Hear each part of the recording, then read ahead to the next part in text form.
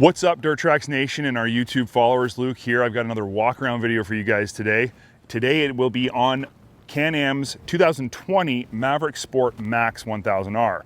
Before I get started though, I just want to say that at the end of this video, we will have some details on a contest we're running where you can win some great TRAX swag. So make sure you stay tuned to the very end of the video and I'll let you know how you can do that.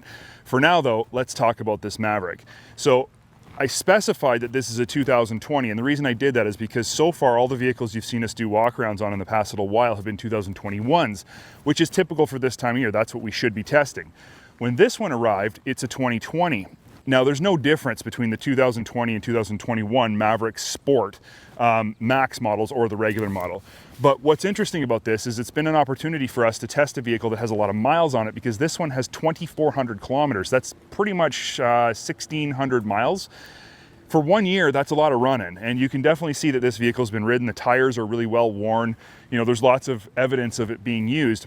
But for me, this was a really interesting opportunity to see how well this vehicle held up over that many miles in 1 year. And it's basically been passed around amongst all the media outlets in North America. So we're not easy on equipment. We abuse stuff because that's what we get paid to do. So this one has been really interesting for me to actually test a vehicle that's got a lot of miles on it and see how does a Can-Am Maverick, Sport Max, how does it hold up over that many miles? And to say the least, I've been very impressed. Let's talk a little bit about what this vehicle actually is though before we go any further. Now obviously it's a Max, which is 4 seats. I just want to touch on what 4 seats means in a Maverick Sport. In the front, as with a lot of 4-seaters, from about this pillar forward, the vehicle is identical to a 2-seater. There's no difference. So Maverick Sports have lots of leg room. They're comfortable. I would like it if the seat could go back maybe another 1.5 to 2 inches would be really good for me.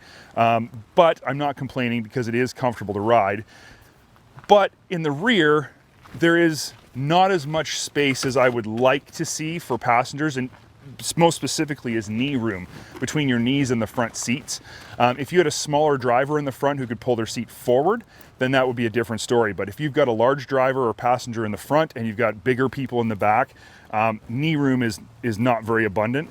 So my sort of read on this, or my suggestion, is that the back seats here are for smaller people. You don't want to put 6-foot+ people in the back seat. Not that most people would do that, but it's just something to consider. With that said though, like getting into the back is actually very easy. The opening is really big and you're mostly unimpeded getting in and out, except for this little hook here, which isn't actually a big deal because this is where your stomach or your chest or whatever would be. This is where there's the most room to get in. Other 4-seat side-by-sides will have a loop here, or the latch will be right here where your back is, and that really does make it hard to get in and out of the seat. In this case, it's completely open and exposed. It's very easy to get in and out, which is a big deal for this vehicle. Once you're done with the back here, it's interesting to note that the front and rear seats are actually the same seats. So if you're comfortable up here in terms of seat fitment, you're going to be comfortable in the back in terms of seat fitment. So, that's, when it comes to 4-seaters, the key to a good 4-seater really is how good is the back seat, right? I mean, obviously the key to it is how good is the overall vehicle, but if you've got a 4-seater vehicle with a back seat that's just super uncomfortable to sit in, nobody's going to want to sit there, so you really don't have a 4-seater. In this case, you've got a 4-seater that's very comfortable. Up front, I just want to mention something before I go in the vehicle. These doors, okay, latch on the outside. They open in a standard way with a great big sturdy door that feels super stiff and is sealed around the bottom with rubber gasket. And when you close it, no rattles at all, none. It is perfectly tight and seals excellent. This is quite possibly the best door I've seen in the industry, aside from something like a North Star Ranger that is a fully sealed, full-size door. This just works excellent. I love the handle being in the traditional spot that a door handle should be, because no matter what, you never have to think about where it is. Your passengers don't have to think about where it is. New people getting in the other side don't have to go, hey, how do I get in here? It's right there, just like their truck or car.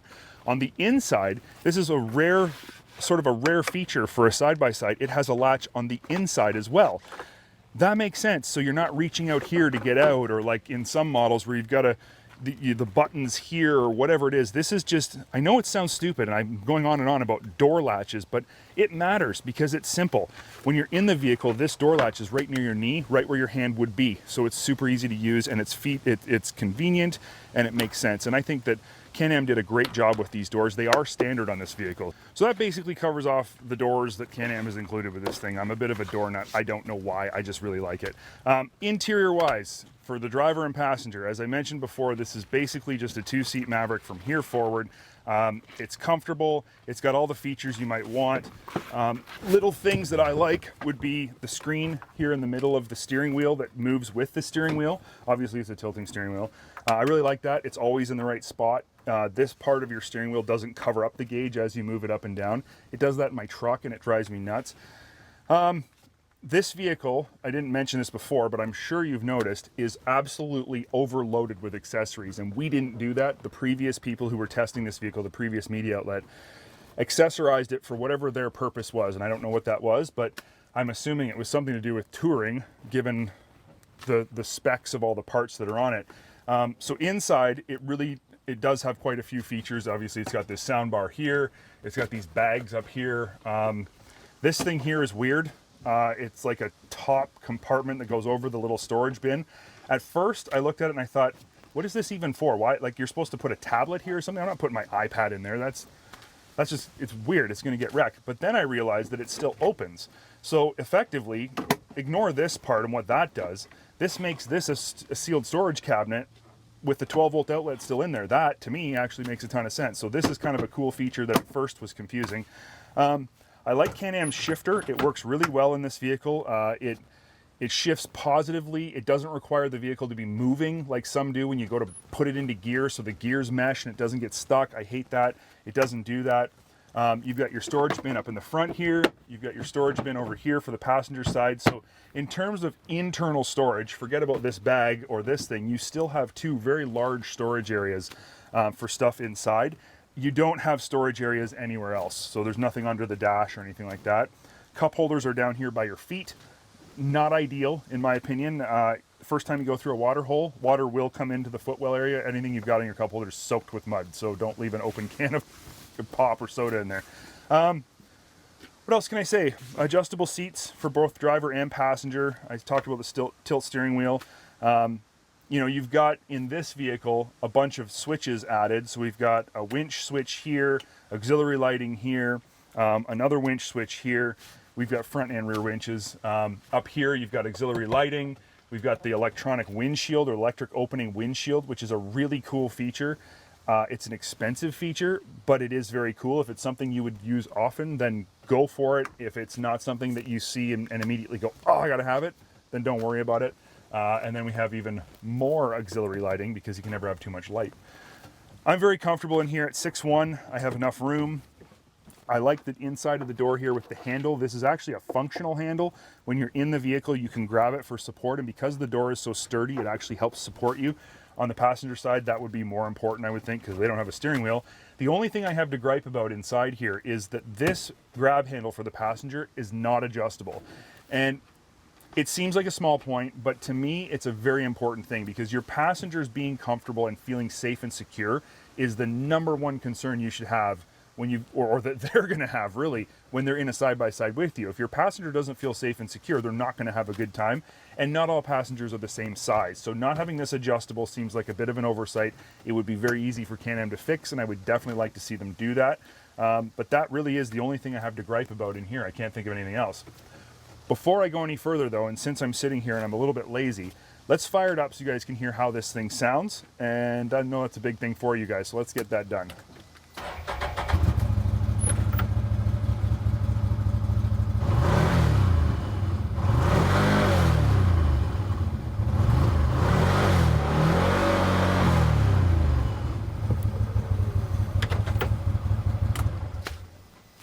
There you go. That's what it sounds like. It's actually very quiet inside. It's not an overly loud side-by-side in the cab. Even with the windshield keeping the sound in, it's actually quite quiet.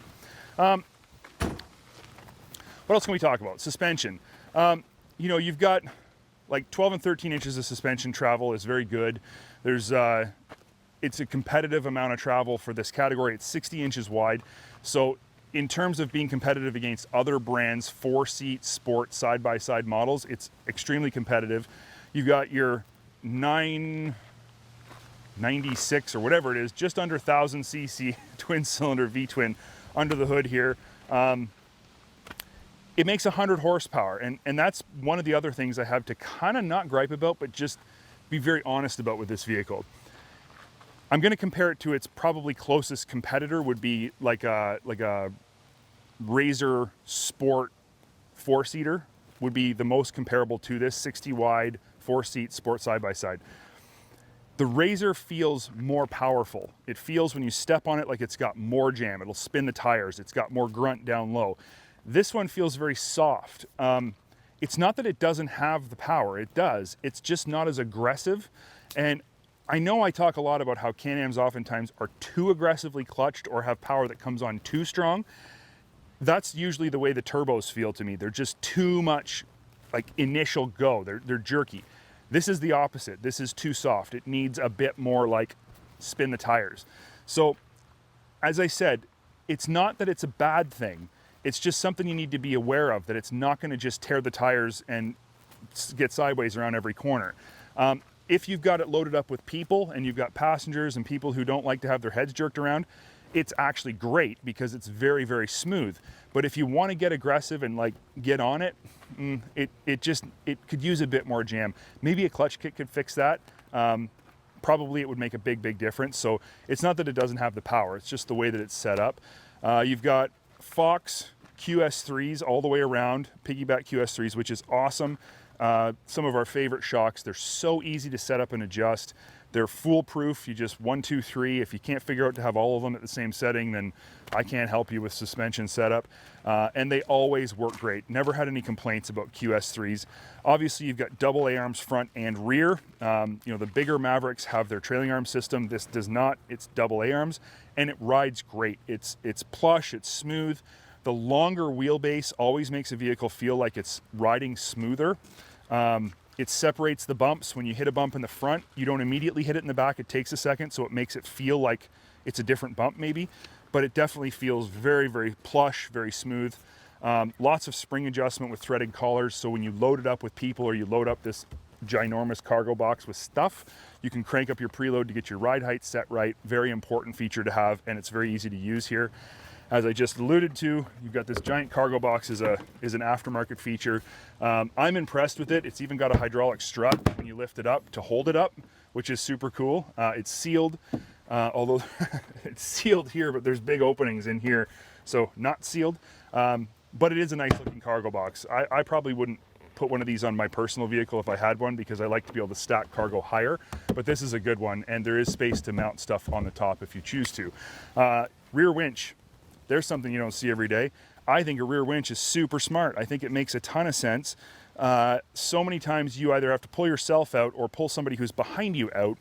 This requires you not to have to turn around to do that, or if you only have a winch on the front and you're stuck and you got to go backwards, you got to rig up a way to get the winch cable hooked behind you. Not with this system. You got a rear winch. It's bulky out here, but it makes a lot of sense to me. This is something that I would consider putting on my own vehicle. I really like that upgrade. That one made sense to me. You got a roof on this one.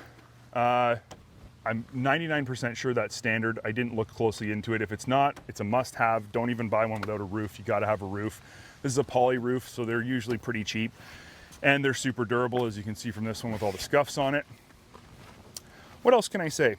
Obviously, with a long wheelbase, you're going to have impacts along your rocker panels. It's just the nature of the beast. If you're riding hard trails, riding off-road, it's really long. So you need to understand that when you buy a 4-seater like this one, that's a sport 4-seater with 4 seats and a cargo box, that you're going to have to be more careful as you're driving over large obstacles, so that you don't wreck your rockers. This one, despite having as many miles on it as it does, doesn't have any damage to the rockers. So obviously the people who had this one before us knew what they were doing. The Sport does come with the mud deflectors. They have fender extensions. Awesome. Got to have those.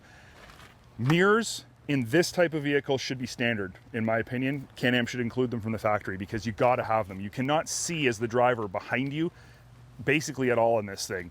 So the mirrors are a godsend. You got to have them. For the amount of money they cost, just put them on. Just have the dealer put them on. Don't even think about it. You're already spending, over 20 grand for this thing. What's another $150 set of mirrors? Just do it. Wheels and tires. It's one thing about this vehicle that I was kind of curious about. They're not that big.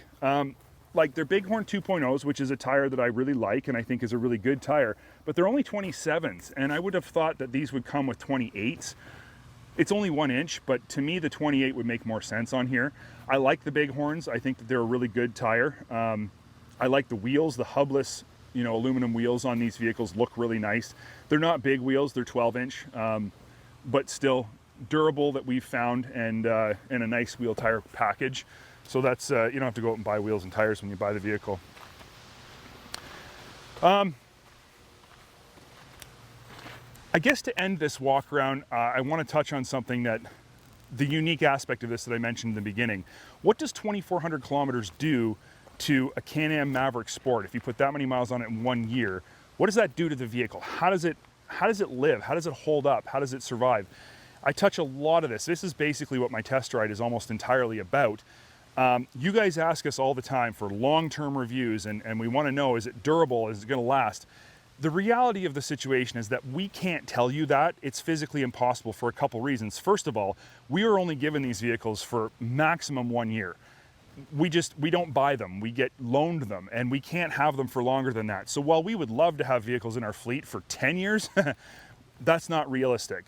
The other reason that that's not possible in a lot of cases is because some of the vehicles we test haven't even been around for a year. They're a brand new model or a brand new unit that has only been on the market for 2-3 months, in some cases even less. We can't physically tell you how 10 years is, or 5 years or 3 years is it's going to respond, because it hasn't even existed that long. So those are some of the reasons why we can't do that.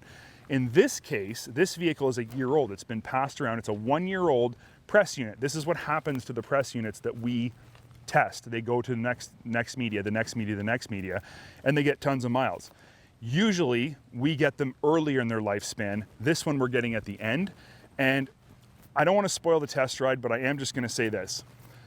I am super impressed with how this vehicle feels after 2,400 kilometers. It is tight. It doesn't have rattles. It feels pretty much as good as a new one.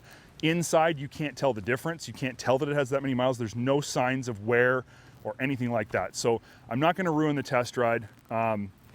Make sure when it comes out, you go watch it, and you'll see all of my comments on how this thing has survived. But I will say here that I'm extremely impressed. That is the end of this walk around video. It's been longer than normal because there's been more to talk about, but I appreciate you guys sticking with me, and I hope you've learned something from this. I mentioned in the beginning that if you stuck around to the end, I would tell you how to win a cool swag pack from TRAX and the TRAX Nation. So here's how you do it. Leave your comments. Tell us what you think of this walk around. Tell us what you think of the vehicle. Tell us what you think of the 2,400 kilometers that it has. Is that a lot? Is it not a lot?